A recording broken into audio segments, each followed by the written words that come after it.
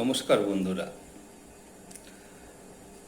আমি খুব একটা বড় বক্তা নই, খুবই সাধারণ, সহজ সরল মনের এবং স্বভাবের মানুষ। খুব সহজভাবে সরলভাবে আমি কিছু কথা বলতে চাই সেই সমস্ত বন্ধুদের যারা এই পেশাতে নতুন এসেছেন। আমি হয়তো আপনাকে এমডিআরটি টট বা কট করে দিতে পারবো না,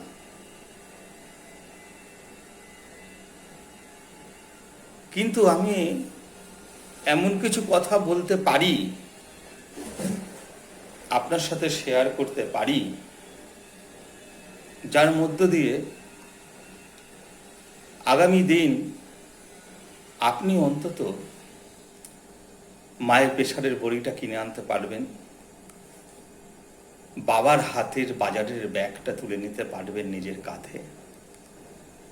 বলবেন, বাবা আর বাজারে যেতে হবে না, এবার থেকে আমি আমার রোজগারের পয়সাইতে বাজার করব।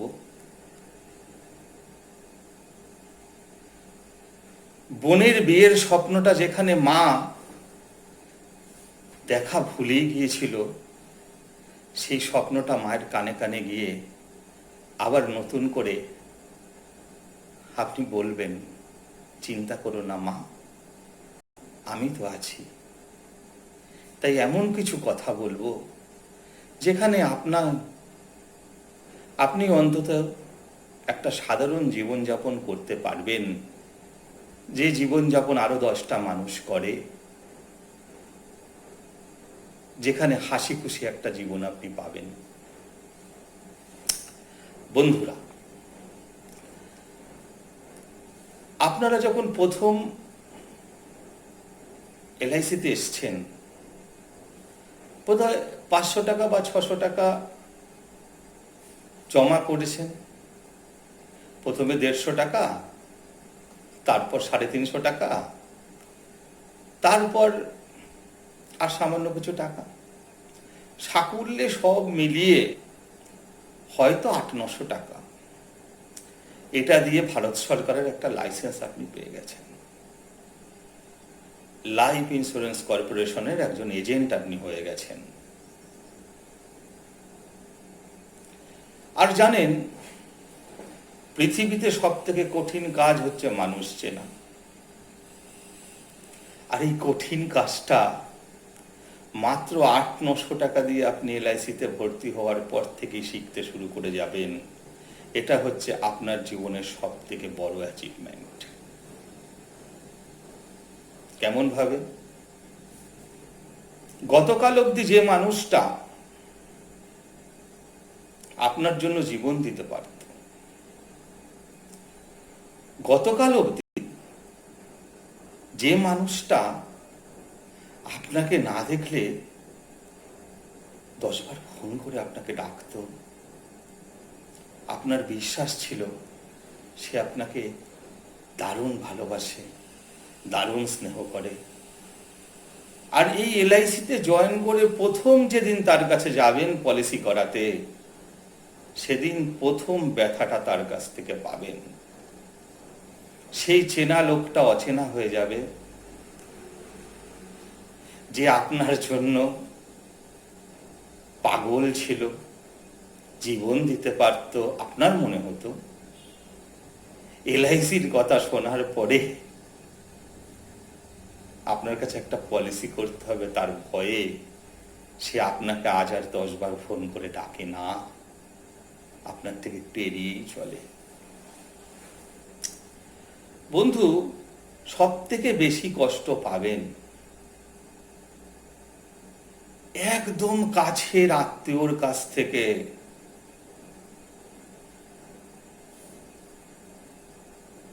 অনেক যন্ত্রণা, অনেক জ্বালা, অনেক লাঞ্ছনা, অনেক গঞ্জনা, অনেক কষ্টের পর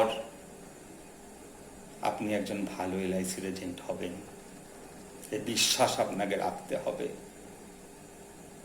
কারণ বন্ধু, আপনি জানবেন একটা সূচ থেকে একটা লাঙল, একটা পিন থেকে একটা তরবারি, অথবা সামান্য দা বটি যা মানুষের কাজে লাগে, মানুষের নিত্য প্রয়োজনে লাগে, তা তৈরি হতে প্রথমে সেই লোহাকে পুড়তে হয়েছে, তারপর কামার তার উপরে হামরের আঘাত করেছে, হামারের আঘাত করেছে বারে বারে, আঘাতে আঘাতে সে শেপে এসেছে, সে আকারে এসেছে, তারপর সে মানুষের কাজে লেগেছে। তাই যখন কারো কাছ থেকে আপনি যন্ত্রণা পাবেন, যখন খুব কাছের লোকের কাছ থেকে আপনি বিতাড়িত হবেন, প্রত্যাখ্যান করবে আপনাকে, আপনি কষ্টে ভেঙে পড়বেন, দুঃখ যন্ত্রণায় কাতরাবেন, তখন আপনাকে শুধু একটা কথাই বলবো, বন্ধু, একদম হতাশ হবেন না। কারণ আপনি জানবেন এই যন্ত্রণা, এই জ্বালা, এই বেদনা আপনাকে সেপে আনছে। এই যন্ত্রণায়, যে যন্ত্রণায় আপনি পড়ছেন, যে আঘাতে আপনি বারবার ব্যথা পাচ্ছেন, তাতে আপনি সেপে আসছেন। আগামী দিন আপনি মানুষের প্রয়োজনে লাগবেন, মানুষের কাজে লাগবেন। তাই আপনি একজন উন্নতর থেকে উন্নতর মানুষ তৈরি হতে চলেছেন। তাই আপনি দুঃখ পাবেন না বন্ধু। যত যন্ত্রণা আসবে, যত বেদনা আসবে, যত জ্বালা আসবে, ততই আপনি একজন ভালো মানুষ তৈরি হবেন, ভালো এলআইসির এজেন্ট তৈরি হবেন। বন্ধু, এই পেশাতে কত কিছুই না দেখলাম। দেখবেন যখন একটা এলআইসির কথা বলতে যাবেন, তখন যে ভদ্রলোক দুবেলা তার বউকে পেটায়, সে আপনার কাছে এলআইসির কথা শোনার পরে আপনাকে বলবে, দাদা ভালোই বুঝিয়েছেন, আমি একটু বউয়ের সাথে আলোচনা করে নিই। কারণ বউয়ের সাথে আলোচনা ছাড়া না আমি কোনো কাজ করি না। আপনি দেখবেন এরকম অনেক ছেলে আছে যারা মা বাবাকে ছেড়ে অন্য ফ্ল্যাটে থাকে, সুসজ্জিত ফ্ল্যাটে আছে, তাদের লাইফস্টাইল চকচকে ঝকঝকে। আপনি গিয়ে একটা এলআইসির কথা বলছেন, বছরে একবারও মা বাবার সঙ্গে দেখা করে না যে ছেলে, সেই ছেলে আপনাকে বলবে একটু বাবার সাথে আলোচনা করে নি, তারপর আপনাকে জানাবো। কত তিক্ত অভিজ্ঞতা, কত হাসি আপনার পাবে জীবনে। দুঃখ যেমন পাবেন, যন্ত্রণা যেমন পাবেন, আনন্দও পাবেন বন্ধু অনেক। দেখবেন যে মানুষটিকে আপনি কোনোদিন মনে করেননি যে আপনার কাছে এলআইসি করবে, যে মানুষটিকে আপনি কোনোদিন অ্যাপ্রোচ করেননি, সেই মানুষটি একদিন হঠাৎ এসে আপনার বাড়ির কলিং বেল চাপবে, চেপে বলবে, বাবা বাড়ি আছো? শুনেছি তুমি নাকি এলআইসির এজেন্সি নিয়েছো, আমার ছেলেটাকে একটা পলিসি করে দাও না। এটাও দেখবেন আপনি আপনার জীবনে। আর সেদিন আপনি অনেক আনন্দ পাবেন, অনেক আনন্দ পাবেন, অনেক আনন্দ পাবেন। আপনি একজন বড় এজেন্ট তৈরি হবেন। বন্ধু, একটা বড় এজেন্ট তৈরি হওয়ার পেছনে থাকতে হবে একটা বড় বাসনা, বড় চিন্তা, থাকতে হবে একটা বড় লক্ষ্য। তাহলেই আপনি একটা বড় এজেন্ট তৈরি হতে পারবেন।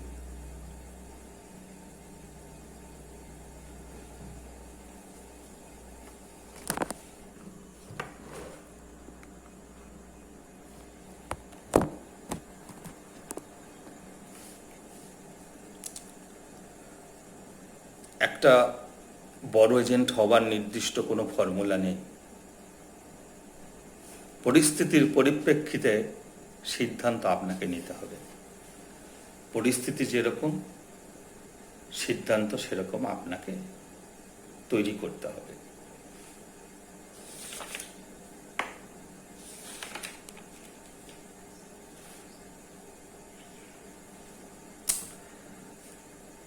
আমরা অল্পতে খুব কষ্ট পেয়ে যাই, অল্পতেই খুব দুঃখ পেয়ে যাই।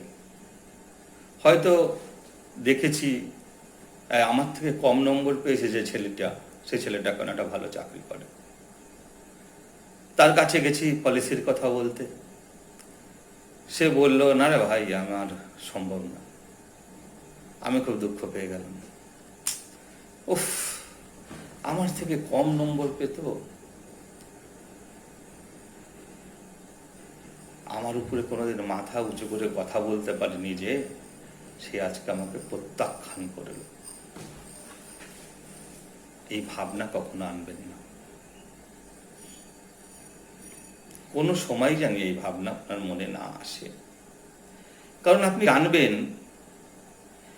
একজন শিল্পী একটা পাথরে ছেনির আঘাতে, হাতুড়ির আঘাতে দিনের পর দিন যন্ত্রণায় কাতরাতে কাতরাতে একটা পাথর একদিন মূর্তি হয়ে ওঠে।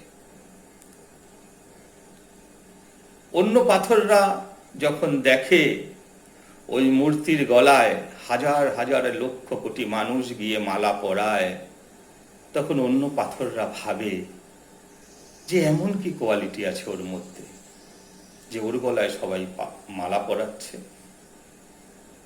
কোয়ালিটি একটাই, ওর অতীতে ছেনির আঘাত ছিল, ওর অতীতে পাথরের ঘা, পাথরের উপরে হাতুড়ির ঘা ছিল, হাতুড়ির ঘায়ে ছেনির আঘাতে জর্জরিত বেদনা ছিল ওর অতীত। তাই আজকে ওর গলায় সবাই মালা পরাচ্ছে। তোদের উপরে ছিল না, তোরা যে পাথররা ভাবছিস যে কি সেই মূল্যবান কোয়ালিটি ওর মধ্যে ছিল, সেটা ছিল ওর অতীত, যন্ত্রণার অতীত। তার জন্য ওর গলায় মালা পরায়, আর তোদের উপর থেকে মানুষ হেঁটে চলে যায়। তোরা হয়েছিস রাস্তার পাথর, আর ও হয়েছে মন্দিরের মূর্তি, ও হয়েছে মূর্তির পাথর। কোয়ালিটি হতে গেলে যন্ত্রণা দরকার। তাই আপনার জীবনে যত যন্ত্রণা আসবে, আপনার জীবনে যত গ্লানি ভৎসনার শিকার আপনি হবেন, ততই আপনি জানবেন আপনি তৈরি হচ্ছেন। আগামী দিন হাজার লক্ষ মানুষের মালা আপনার জন্য তৈরি হচ্ছে। একদিন আপনি পূজিত হবেন এই সমাজের কাছে। মানুষ আপনাকে আলিঙ্গনের মধ্য দিয়ে বিজয় পতাকা নিয়ে ছুটবে আপনার সাথে। সেদিনের অপেক্ষায় থাকুন বন্ধু। মানুষের দরজায় যান। আমি এর আগের ভিডিওতে বলেছি, ভরত পারেখের মতো মানুষ বলেছেন, মানুষের দরজায় আমাদের মুক্তির পথ। আজ অবধি দেখুন, নেতা মন্ত্রী থেকে শুরু করে আমেরিকার প্রেসিডেন্ট শুরু করে ভারতবর্ষের মোদী সাহেব অবধি সবাই মানুষের দরজায় হাত জোড় করে গিয়ে করে বলেছিল, আমাকে একটু দেখবেন, আমাকে একটা ভোট দেবেন। তাই তারা আজকে সেলিব্রিটি। আর সেই মানুষের দরজায় যেতে আপনার কত অহংকার, কত লজ্জা, আপনি ছোট হয়ে যাচ্ছেন। এরকম মন আপনার মাঝে মাঝে তৈরি হয় যে ও যদি না করে দেয়। একথা কিন্তু আমেরিকার প্রেসিডেন্ট ভাবেনি, একথা কিন্তু নরেন্দ্র মোদী ভাবেনি, একথা কিন্তু রাজা মন্ত্রীরা কেউ ভাবেনি। কিন্তু আপনি দেখুন, ভাবছেন যদি না করে দেয়। তা আপনি কোন হরিদাস? যে কথা রাজা মন্ত্রীরা ভাবে না, সে কথা আপনি ভাবছেন। আপনার মধ্যে কোন অহংকার কাজ করছে, যে অহংকার আপনাকে কবরে নিয়ে যাচ্ছে? আপনার মধ্যে কোন অহংকার কাজ করছে, যে অহংকার আপনাকে জীবনে বড় হতে দিচ্ছে না? মানুষের দরজায় যায় বন্ধু, মানুষই শেষ কথা বলে। একটা গল্প বলি শুনুন। জঙ্গলে একজন সাধু বাবা তপস্যায় বসেছিল। সাধু বাবা গভীর মন দিয়ে তপস্যা করছে, সেই সময় হঠাৎ কিচির মিচির আওয়াজে সাধু বাবার ধ্যান ভেঙে গেল। সাধু বাবা দেখলো একটা হাতির সাথে একটা ছুঁচোর ঝগড়া হচ্ছে। ছুঁচো বলছে আমি বড়, হাতি বলছে আমি বড়। সাধু বাবা বলল, তোমরা কেন এখানে ঝগড়া করছো? জঙ্গল তোমাদের কি করে বলে দেবে কে বড়? তোমরা মানুষের কাছে যাও, যেখানে লোকালয় আছে সেখানে যাও, তারা বলে দেবে তোমরা কে বড়। তো যাবার আগে তোমাদের যদি কোনো বাসনা থাকে আমাকে জানাতে পারো। তো ছুঁচো বলল, হ্যাঁ আমার একটা বাসনা আছে গুরুদেব। বলল, কি বাসনা?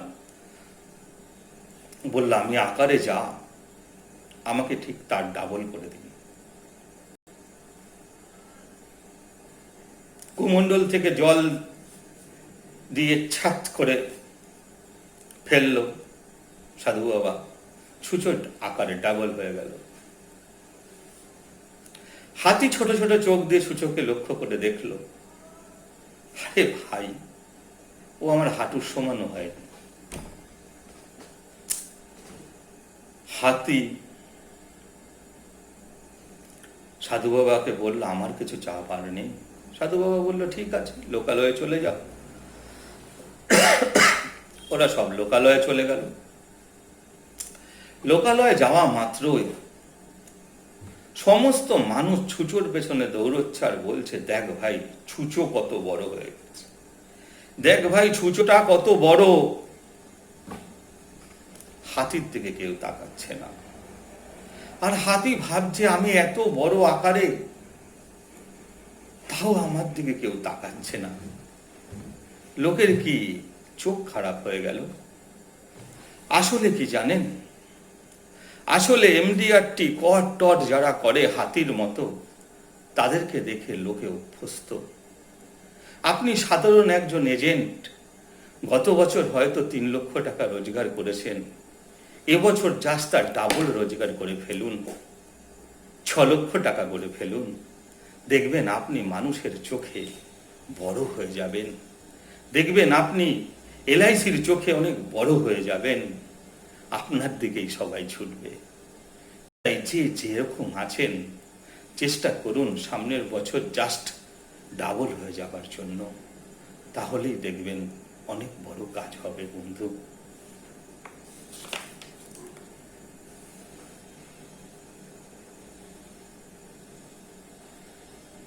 আমাকে একজন প্রাইভেট ইন্স্যুরেন্স কোম্পানির এজেন্ট একদিন বলছে, দাদা আপনারা তো আর সরকারি রইলেন না, এলআইসিও বেসরকারি হয়ে গেল, আমরাও এখন আইআরডি এর আন্ডারে, আপনারাও আইআরডি এর আন্ডারে। আমি বললাম, তাই নাকি? বলল, হ্যাঁ, আপনারা তো এখন আর ভারত সরকারের আন্ডারে না। আমি তাকে বললাম যে, আপনি জানেন আমাদের লাইফ ফান্ড কত? বলে সে জানে। আচ্ছা, আপনি জানেন আমরা ভারতবর্ষের সমস্ত স্টেটকে ধার দিই? আপনি জানেন যখন যারা ভেঙে পড়ে, ভেন্টিলেশনে চলে যায়, যে সমস্ত অর্গানাইজেশন, তাদেরকে স্যালাইন দেওয়ার জন্য আমাদের ডাক পড়ে, আমরা যাই। আপনি জানেন রেল ধারে জর্জরিত হয়ে গেছিল, আমাদের কাছে হাত পেতেছিল, আমরা কয়েক লক্ষ কোটি টাকা দিয়েছি। আপনি কি জানেন মাত্র 5 কোটি টাকা নিয়ে আমরা ব্যবসা শুরু করেছিলাম, আর লক্ষ লক্ষ কোটি টাকা আজকে ভারত সরকারকে আমরা দিই। আপনি যদি এতগুলো কথা জেনে থাকেন, তাহলে বন্ধু আপনি আমার মুখ থেকে আজকে শুনে যান। আপনি লক্ষ কোটি টাকার প্রশ্ন আজকে তুলেছেন, সত্যি সত্যি ভারত সরকারের আন্ডারে আজকে আমরা আর নেই, কারণ ভারত সরকার এলআইসির আন্ডারে চলে এসছে। একথা আমাদের বলতে হবে বন্ধু, কারণ আমরা দেশকে পথ দেখাচ্ছি, আমরা দেশকে পথ দেখাচ্ছি। বন্ধু, আমাদেরকে প্রতিদিন নিয়মিত কাজ করতে হবে, নিয়ম করে কাজ করতে হবে। মনে করতে হবে একজন শ্রমিক 8 ঘন্টা ডিউটি করে, একজন কৃষক 8 থেকে 10 ঘন্টা কাজ করে, একজন ডাক্তার, একজন ইঞ্জিনিয়ার 10-12 ঘন্টা কাজ করে। তাহলে একজন এলআইসির এজেন্ট আমি নিয়মিত সকালবেলা থেকে ঘুম থেকে উঠে তৈরি হয়ে 8 থেকে 10 ঘন্টা কাজ করব। মানুষের দরজায় যাব, মানুষের কাছে যাব, কোনো শ্রেণীবিন্যাস নেই, সকলের কাছে যাব, সকলকে বলবো এলআইসির কথা, এটা আমার কাজ। আমি ভারতবর্ষের একজন দেশ সেবক হিসেবে নিজেকে মনে করি। তার জন্য এই কাজটা আমাদের করতে হবে। 10 থেকে 12 ঘন্টা আমাদেরকে এই কাজটা করতে হবে, কারণ ভারতবর্ষের সকলে 10 থেকে 12 ঘন্টা কাজ করে, 8 থেকে 10 ঘন্টা কাজ করে, আমাদেরও করতে হবে। দেখুন না, 8 থেকে 10 ঘন্টা প্রতিদিন যদি আপনি কাজের মধ্যে থাকেন, সাকসেস আপনার আসতে বাধ্য। সাকসেস আপনার আসতে বাধ্য। আমি আগের এপিসোডে বলেছি, না না না থেকে হ্যাঁ হতে বেশি সময় লাগে না, যদি মরা মরা মরা থেকে রামু রামু হয়ে যেতে পারে। তাই 8 থেকে 10 ঘন্টা প্রতিদিন প্র্যাকটিসের মধ্যে আমাদেরকে থাকতে হবে বন্ধু। আমরা না শুনতে অভ্যস্ত হই না, একদিন এই হাজার না হাজার হ্যাঁ হয়ে ফিরে আসবে আমাদের কাছে। আমরা এক একজন বড় বড় এজেন্ট তৈরি হব। এই বিশ্বাস আমাদেরকে রাখতে হবে। জানেন, একজন এজেন্ট বন্ধু একজন ডাক্তারবাবুর সাথে অ্যাপয়েন্টমেন্ট করেছে। ডাক্তারবাবু তার কথা শুনে বললো, ঠিক আছে, আপনাকে আমি ডেকে নেব। তারপর আর ডাকে না, তারপরে আর তাকে ডাকে না। সে ফোন করে, ফোন ধরে না। তারপরে সে একদিন গিয়ে ডাক্তারবাবুর চেম্বারে নাম লিখিয়ে বসে আছে সবার শেষে। কম্পাউন্ডারকে বলেছে আমাকে সবার শেষে ডাকবেন। ডাক্তারবাবু কম্পাউন্ডারকে লাস্টে বলছে যে আর কেউ আছে? বললো হ্যাঁ ডাক্তারবাবু একজন আছে। বললো পাঠাও আমার কাছে। তাকে দেখে ডাক্তারবাবু, আর আপনি? বললো হ্যাঁ, আপনি দেখা করছেন না তাই নাম লিখিয়ে দেখা করলাম। বললো কেন এভাবে বিরক্ত করছেন? আমরা ডাক্তারবাবু, আমরা জানেন তো প্রচুর ব্যস্ত থাকি, আমাদের সমাজের উপরে অনেক দায়িত্ব আছে। আপনাদের মতোই কমিশনের জন্য তো ছুটে বেড়াই না, তাই আমাদেরকে এরকম ডিস্টার্ব করবেন না। যখন দরকার পড়বে আপনাকে ডেকে নেব। তখন আমার সেই এজেন্ট বন্ধু কি বলেছিল জানেন? গর্ব হবে শুনলে। লাইফ ইন্স্যুরেন্স কর্পোরেশনের একজন এজেন্ট বন্ধু সেদিন সেই ডাক্তারবাবুকে বলেছিল, হ্যাঁ ডাক্তারবাবু, আপনি যখন অপারেশনের থিয়েটারে অপারেশন করতে ঢোকেন তখন পেশেন্ট পক্ষ তাকিয়ে থাকে আপনার দিকে ভগবানের মতো, আপনাকে বিশ্বাস করে ভগবানের মতো। আর যখন সাকসেস পান আপনি, সামনের দরজা থেকে বেরিয়ে এসে বলেন অপারেশন সাকসেস, বাদ বাকিটা ঈশ্বর জানেন। আর যেদিন আপনি সাকসেস পান না, সেদিন পেছনের দরজায় গাড়িকে রেডি থাকতে বলেন, ড্রাইভারকে রেডি থাকতে বলেন।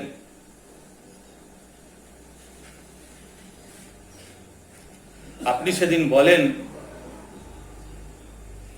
যে নার্সকে যে খবরটা আপনি জানিয়ে দিন। আপনি পেছনের দরজা থেকে সেদিন পালিয়ে যান। আর সেই পরিবারের কাছে নার্স এসে বলে, ডাক্তারবাবু অনেক চেষ্টা করেছিল কিন্তু শেষ অবধি বাঁচাতে পারেনি। আপনার কাজ শেষ হয়ে যায় ডাক্তারবাবু। এলআইসির একজন এজেন্ট হিসেবে আমার কাজ শুরু হয়। এলআইসির একজন এজেন্ট হিসেবে আমাদের কাজ তখন শুরু হয়, তখন তার বাড়িতে আমাদের যেতে হয় তার চোখের জল মোছাতে, এবং আমরা তার সমস্ত কাগজপত্র রেডি করে এলআইসির ক্লেম তার হাতে তুলে দেওয়ার জন্য তৈরি থাকি এবং তার পরিবারটাকে বাঁচাবার জন্য আমরা চেষ্টা করি। তাই ডাক্তারবাবু, সমাজসেবক হিসেবে আমাদের কাজও কম না। আপনার কাজ যেখানে শেষ, আমাদের কাজ সেখানে শুরু।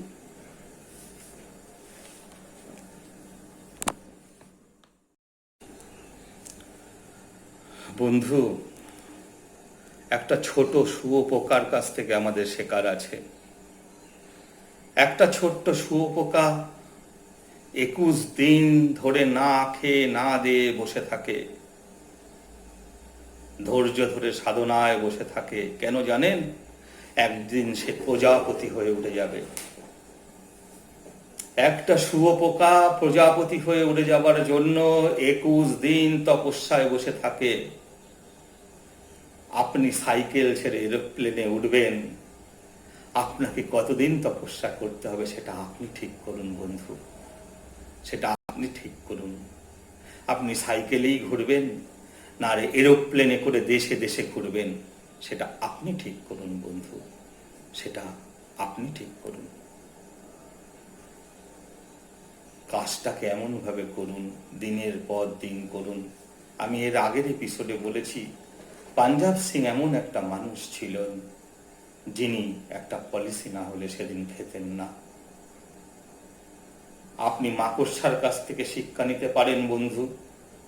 একটা মাকড়সা না খেয়ে না দিয়ে দিনের পর দিন ধরে একটা জাল বোনে, দেখেছেন? সেই জাল বোনার কাজটা যতক্ষণ না হয় ততক্ষণ সে জাল বুনে যায়।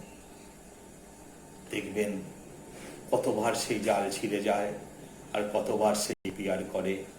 তারপর যখন সেই জাল শক্ত হয়ে যায়, জালের একটা কোনায় মাকড়সা বসে থাকে। জালের একটা কোনায় সে বসে থাকে আর হাজার পোকা এসে ধরা দেয় সেই জালে, টপ টপ করে সে খেতে থাকে। আপনাকে বন্ধু আগে জালটা তৈরি করতে হবে।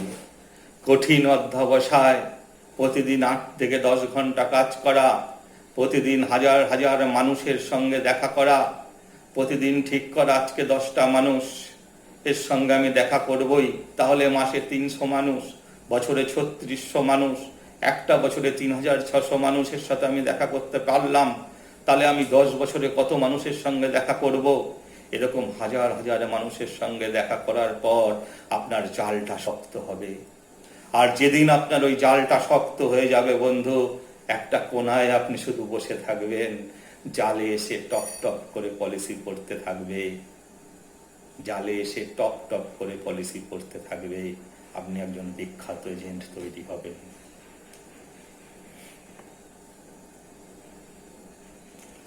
অনেকে বলে বন্ধু ড্রেস কোড মাস্ট, ভালো ড্রেস কোডে থাকতে হবে একজন এলআইসি এজেন্ট হতে গেলে।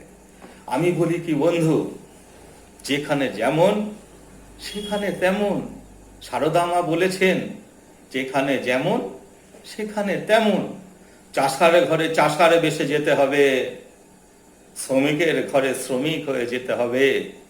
আর কর্পোরেট সেক্টরে যখন যাব তখন ঝা চকচকে হয়ে যাব। আর যখন ডাক্তার ইঞ্জিনিয়ারের সঙ্গে কথা বলবো তখন তাকে বুঝিয়ে দিতে হবে, আপনার প্রফেশনে আপনি বেস্ট, আমার প্রফেশনে আমি এক্সপার্ট। এমন ভাবে নিজেকে তৈরি করুন বন্ধু, এমন ভাবে নিজেকে তৈরি করুন। আমি লাস্ট একটা কথা বলে আজকের এই ছোট্ট ভিডিওটি শেষ করব। শেষ কথাটা হচ্ছে বন্ধু, আপনারা জানেন যে কিছুদিন আগে মেট্রো রেলে একটা লোক উঠবার সময় আটকে গিয়েছিল, ঢুকতে পারেনি, গাড়ি ছেড়ে দিয়েছে, ভদ্রলোক মারা যায়। কেন জানেন? কারণ মেট্রো রেলে তো টিকিটটা একটা ক্যারাম বোর্ডের গুটির মতো, ওই গুটিটা ওনার হাতে ছিল। আর ওই গুটি যদি হারিয়ে যায় তাহলে 250 টাকা ফাইন হবে। তার জন্য ওই গুটিটা উনি ছেড়ে দেয়নি। হাতটা মুঠ করা ছিল বলে উনি ঢুকতে পারেনি।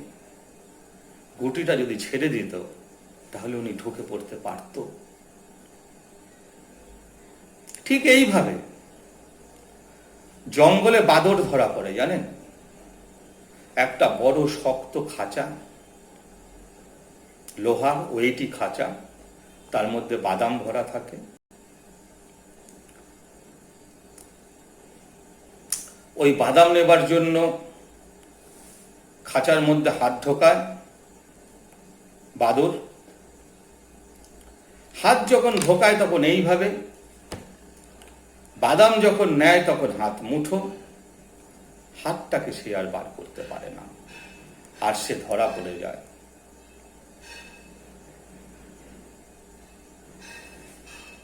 তাই বন্ধু, আমাদের মধ্যে এরকম আমরা অনেকেই আছি যারা এলআইসি করি, পাশে ছোট্ট একটা দোকান চালাই। যারা এলআইসি করি, পাশে একটা ছোট্ট ব্যবসা করি। যারা এলআইসি করি, ছোট একটা প্রাইভেট ফার্মে চাকরি করি। তাই জীবনে বড় হতে পারছি না। ওগুলো হচ্ছে হাতের বাদাম, ওগুলো হচ্ছে হাতের ওই রেলের, মেট্রো রেলের গুটি। ওগুলোকে আমাদেরকে ছেড়ে দিতে হবে, ওগুলোকে আমাদেরকে ছেড়ে দিতে হবে। আর ওগুলোকে আমরা যদি ছেড়ে দিতে পারি, তাহলেই আমরা এক একজন বিখ্যাত বিখ্যাত এজেন্ট তৈরি হতে পারবো বন্ধু। তাহলেই আমরা এক একজন বিখ্যাত বিখ্যাত এজেন্ট তৈরি হতে পারবো। নমস্কার। ভিডিওটি ভালো লাগলে আবার অন্য ভিডিও তৈরি করব।